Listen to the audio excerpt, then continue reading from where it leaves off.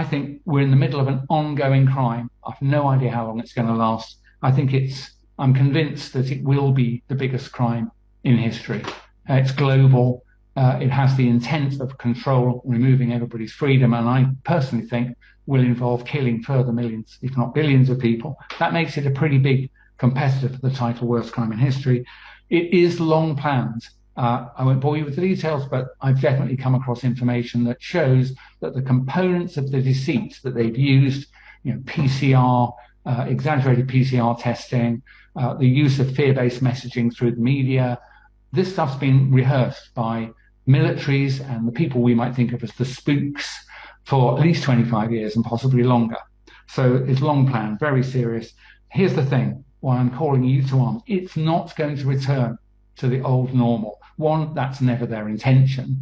So it's not going to happen passively because there isn't a natural phenomenon that's going to wear off. They're not going to allow it to return to normal. So if you comply with this tyranny, it will end with the loss of your liberty and probably your life. The supply chains that move materials, raw materials and finished goods around the world are being sawn through on a global scale. You only got to look at where the shipping is, where it should be and where it actually is.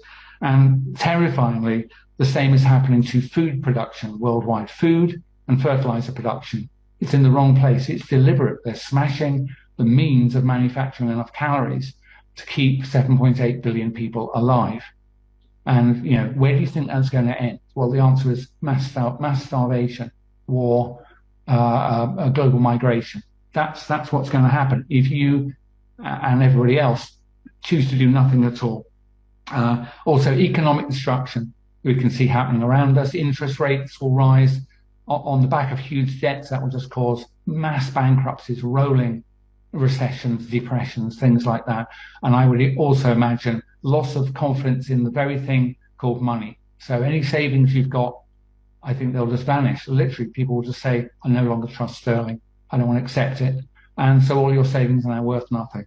So if you wait, I believe it'll be too late. I think you already know that I'm broadly telling you something that's closer to the reality than what government's telling me. But I believe that we can head off the worst crimes in history by actively withdrawing our consent and definitely not accepting these digital ID for any reason. If you accept it, they will sweep over us. And so just in the last few words, I implore you to get involved, to use some of what I and others are saying to you. Be brave, actually. You have to be brave now and risk embarrassment and recruit other people to this cause, and we can roll them over.